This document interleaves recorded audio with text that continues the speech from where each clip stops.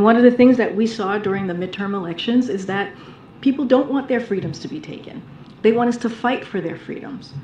And so it is shameful, it is disturbing, and our hearts go out to the trans community as they are under attack right now. But I am concerned about how opposition and people who are anti-trans will try to spin this. Concern about tweets like this from GOP Congresswoman Marjorie Taylor Greene, writing, "How much hormones like testosterone and medications for mental illness was the transgender Nashville school shooter taking?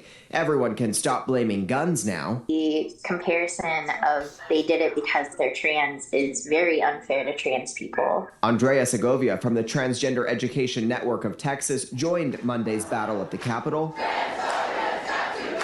fighting House Bill 1686, which would block doctors from providing gender transition healthcare treatment to children. Now, with another reason for the Texas trans community to be in the spotlight and at least 2 months remaining of the legislative session, advocates worry the attacks aren't over. You can't say that because one person did something that's a characteristic or reason to be cruel to trans people. Many of these disgusting and insinuating attacks on trans and LGBT people are actually projections of what predatory, cisgender, and often straight men do when left alone in the presence of women, or sometimes horribly, children.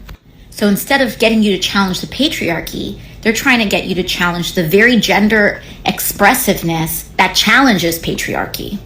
Don't get it twisted, because a lot of people attacking drag are projecting. Hi guys, welcome back to the channel.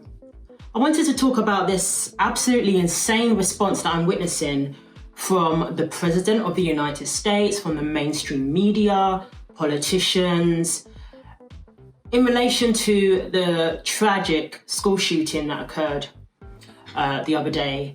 And it just seems that, first of all, they refuse to acknowledge that this was a targeted attack against Christians. And this was a hate crime against Christians. Now, every other hate crime, they run with it. But when it's, for some reason, against Christians, they don't want to acknowledge that. And I'm just beginning to see a deep-rooted hatred towards Christians in this country, which used to be referred to as a Christian country. They used to say, "In God we trust." And, it was known to be based on Christian values, traditionally.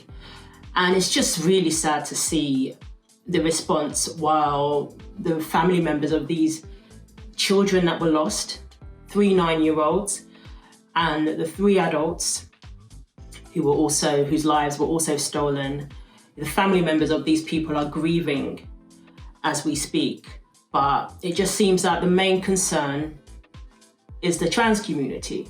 That seems to be the main concern of the president, mainstream media, as we're seeing, even though it was a member of the trans community who committed this heinous crime. Again, we've seen now that there seems to be more of a concern about honoring the person's pronouns and that kind of thing, and even painting this person as a victim. We saw where they did their trans insurrection in Kentucky and Nashville.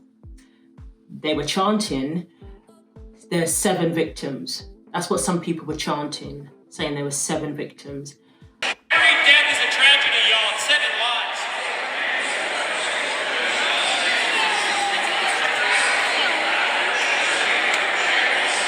I'd say there were 7 victims.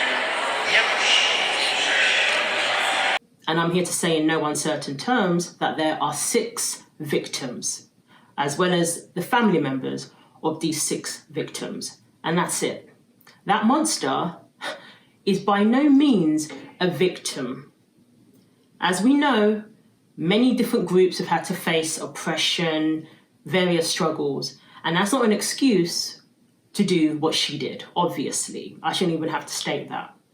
So I want to give you some examples. The President of the United States, Mr. Joe Biden, has decided that his focus is going to be on the trans community. Tweeting this today, "On Transgender Day of Visibility, we want you to know that we see you just as you are, made in the..."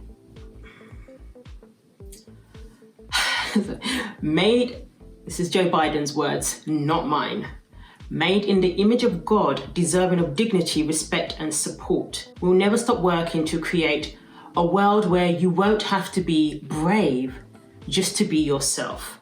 Transgender people deserve love, dignity, and respect. Okay. Then he goes on to tweet this a few hours ago. Transgender people are some of the bravest Americans I know, but no person should have to be brave just to live in safety and dignity. Today, on Transgender Day of Visibility, I renew my commitment to building a healthy, safe, free, and just future for trans people everywhere. And the White House, the official White House account said, since day one, President Biden has taken action to advance inclusion, equality, and opportunity for transgender Americans. Now, I remember when he first got into office, he tweeted something about a memorial for Black transgender women who were killed. He said he wanted to arrange a memorial for them. It just made me think that the only time he cares about Black men is when they identify as women. There's plenty of Black men are murdered on the streets of Chicago, streets of LA, all of our inner city, crime-ridden, Democrat-run areas. Plenty of Black men die due to gang violence.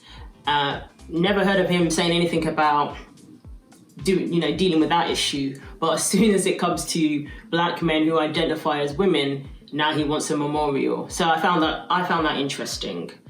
So his action plan includes coordinated interagency action to address the epidemic of violence against trans people. And again, that seems to be the concern just days after a trans person went into a Christian school and murdered 6 people, including 3 9-year-olds. His concern is violence against the trans community, even though the numbers show that there isn't some huge, attack on trans people. They're not being physically attacked as they go about their business. The numbers show that.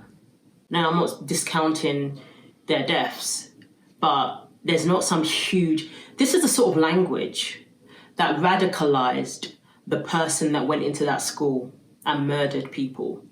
All of this rhetoric, this hyperbole that's being used, that's gone on for a few years now, probably around 2020, where they use terminology such as trans genocide. They don't want us to exist. They're killing trans people. This is the sort of language that radicalized that person to go into that school and do what she did. She was radicalized.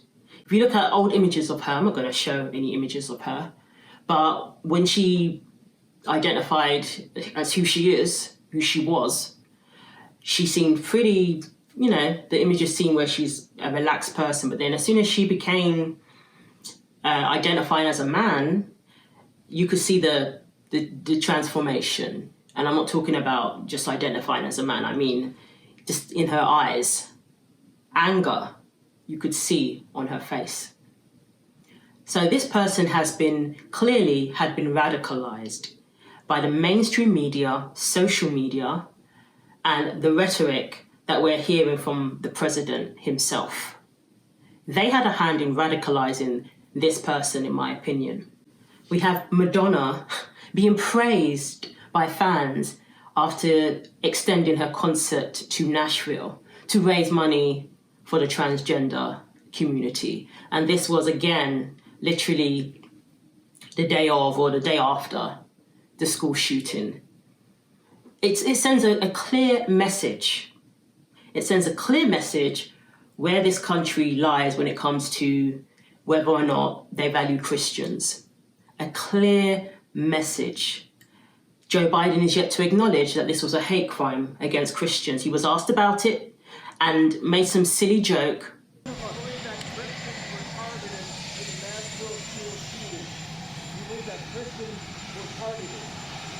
I have no idea. Josh Hawley believes they were. What do you say to that? Well, I probably don't that. Probably don't. No, I'm joking. No, I have no idea. We've seen that when he initially addressed the situation, he was joking, talking about liking ice cream and all this nonsense. The moment the president came out on Monday, I was waiting to hear what he would say. At the moment, I happened to be in tears singing about these victims. I was in a group text with moms. We were thinking about our own kids. We were thinking about the loss of these families. I believe that that moment in my life spoke for how Americans generally were feeling. And you saw the president come up, and I saw a smiling face. I had it on mute, and I turned up the volume, and this is the first thing I heard as I was in pain along with the grieving nation. My name is Joe Biden. I'm Dr. Joe Biden's husband. And I ate Jenny's ice cream, chocolate chip. I came down because I heard there was chocolate chip ice cream. By the way, I have a whole refrigerator full upstairs. You think I'm kidding? I'm not. Now, he went on to address the shooting. He did just after that moment, but that just missed the mark. They refused to acknowledge it. Whoopi Goldberg on The View is basically saying that she ain't going to acknowledge it as a hate crime against Christians, talking about Charleston, because that occurred in a church too. As I said, I can't go get a howitzer, right? There's stuff I can't buy. So if I can't buy a tank and I can't buy the shoulder thing, why can you buy something that's not meant to hunt anything? It's specific, as you said, it is specific to death. And until that conversation becomes a real conversation that everybody's willing to get on board with, children are going to keep getting shot. People in churches are going to keep getting shot. I heard one guy say, well, you know, this is against the Christians. No, it's not against the Christians, because you would have mentioned it when they went into the black church. And you would have said, this is an issue we should be thinking about, but you didn't. So let's not do that. Let's not make it about transgender people. Let's not make it about anything but what it is. We have a problem with this gun and its accessibility in this country. And I don't want. But what she didn't talk about was that Dylan Roof literally said there's too many African Americans in this country. He was quoted as saying that, hinting towards his motive. He used the fact that these were Christians who welcomed him into their church, into their Bible study. They welcomed him. That's what he used to gain access to murder those people. More than enough evidence that that was racially motivated. In this case, more than enough evidence that it was a targeted attack against Christians. And they're yet to release the manifesto. Why? Instead of speculating, the manifesto will give us a lot more insight into the motive of this person. So let me know what you think. I'm absolutely appalled at the response as a US citizen to hear the president again talk about his main focus, which is the transgender community. Now, again, I'm not saying that he can't, I don't even need to qualify what I'm saying. It's disgusting, absolutely disgusting. No talk about how this person was radicalized and maybe rethinking some of the rhetoric that's put out there. No mention of the hormones that this person may have been influenced by, taking testosterone and the effect that may have had.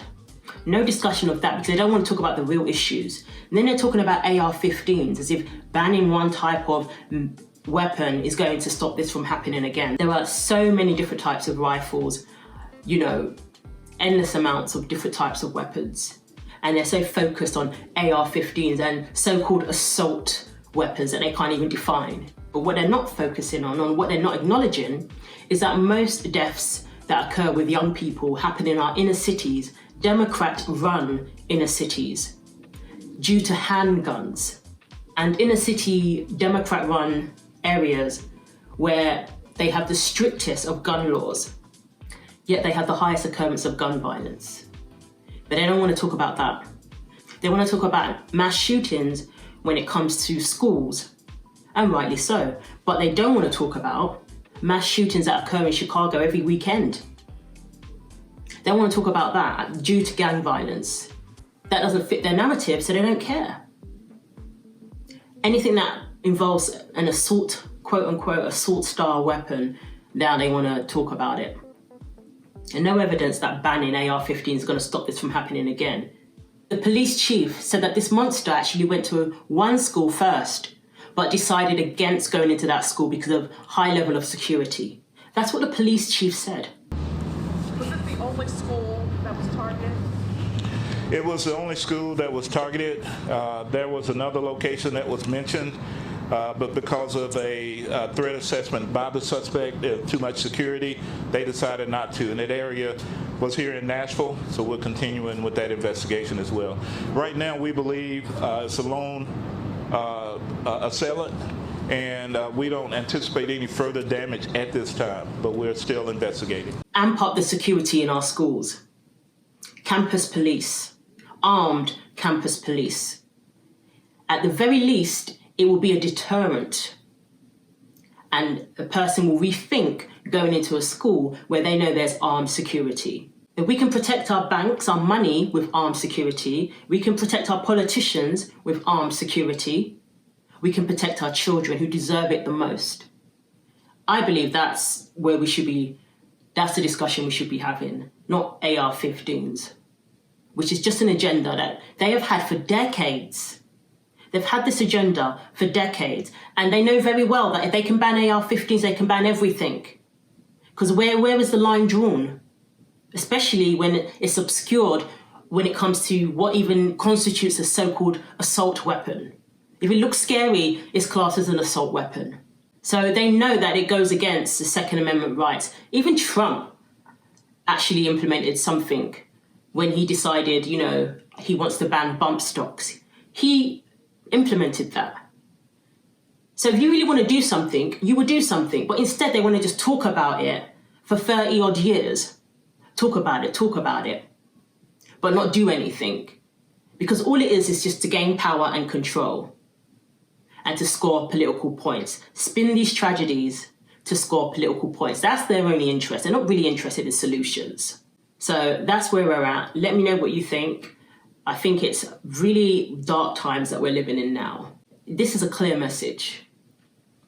And, I'm not going to get too deep into it, but it's a spiritual battle. So contrary to what Whoopi Goldberg was saying, definitely pray and stay vigilant. So let me know what you think. Thanks for watching. And please take care of yourselves. And I'll see you in the next video.